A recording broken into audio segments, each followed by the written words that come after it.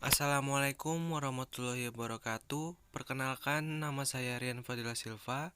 Saya dari kelas 11 TKJ 3, absen 33. Saya di sini ingin mempresentasikan agama Islam bab 6, yaitu perilaku taat aturan, kompetisi kebaikan, dan etos kerja.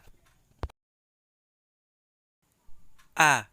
Pentingnya taat kepada aturan. Taat memiliki arti tunduk kepada Allah Subhanahu wa taala, pemerintah, dan lain-lain. Tidak berlaku curang dan atau setia. Aturan adalah tindakan atau perbuatan yang harus dijalankan.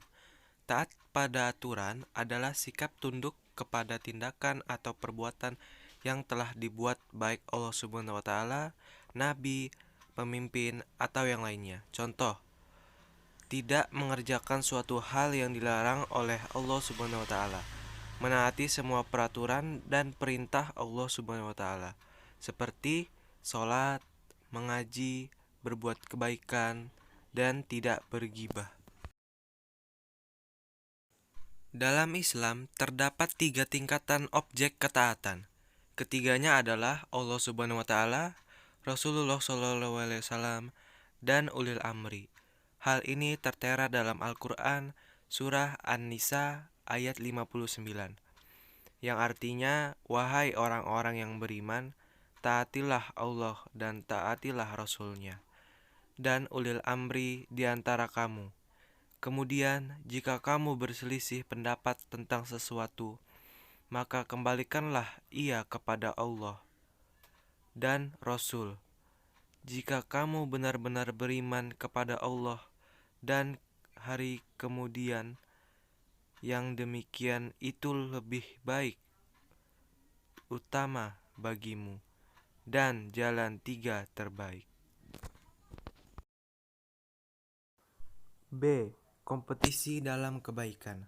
Hidup adalah kompetisi untuk menjadi yang terbaik dan juga untuk meraih cita-cita yang diinginkan.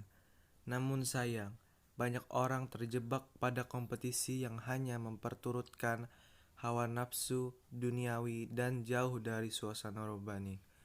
Kompetisi yang hanya memperturutkan hawa nafsu, contoh buruknya, kompetensi mengumpulkan harta kekayaan atau memperebutkan jabatan dan kedudukan. Semuanya bak fata morgana, indah, menggoda, tetapi sungguhnya tiada. Bahkan tak jarang dalam kompetisi diiringi suudzon buruk sangka, bukan hanya kepada manusia, tetapi juga kepada Allah Subhanahu wa taala. Contoh, mengerjakan semua perintah yang diberikan Allah Subhanahu wa taala seperti sholat, mengaji, bersedekah, saling tolong-menolong, berbuat kebaikan, berbakti kepada orang tua, dan selalu berpikiran positif, tidak berburuk sangka kepada siapapun. Itulah contoh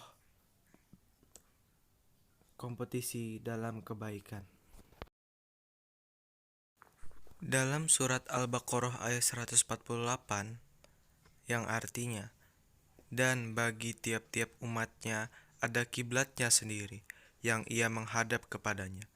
Maka berlomba-lombalah kamu dalam berbuat kebaikan. Di mana saja kamu berada, pasti Allah akan mengumpulkan kamu sekalian pada hari kiamat. Sesungguhnya Allah Maha Kuasa atas segala sesuatu. Ayat di atas mengandung makna bahwa kita harus berlomba-lomba melakukan kebaikan. Artinya masing-masing mempunyai keinginan untuk melakukan kebaikan tersebut seraya mengamalkan sesuai dengan kemampuan masing-masing. C. Etos kerja. Sudah menjadi kewajiban manusia untuk berusaha memenuhi kebutuhan dan kepentingan dalam kehidupannya. Seorang muslim haruslah menyeimbangkan antara kepentingan dunia dan akhirat. Tidak semata hanya berorientasi pada kehidupan akhirat saja, melainkan juga harus memikirkan kepentingan kehidupannya di dunia. Untuk menyeimbangkan antara kehidupan dunia dan akhirat, wajiblah seorang muslim untuk bekerja dalam berbagai bidang, Seseorang yang bekerja layak untuk mendapatkan predikat yang terpuji seperti potensial, aktif, dinamis, produktif, atau profesional. Karena prestasi kerjanya, karena itu agar manusia benar-benar hidup, ia memerlukan roh atau spirit. Oleh karena itulah Al-Quran diturunkan sebagai spirit hidup atau semangat hidup, sekaligus sebagai nur cahaya yang tak kunjung padam agar aktivitas hidup manusia tidak tersesat. Contoh, disiplin, berintegritas, profesional, dapat diandalkan, dedikasi pada pekerjaan, mampu bekerja sama dan bertanggung jawab, memiliki keinginan untuk maju dan inisiatif.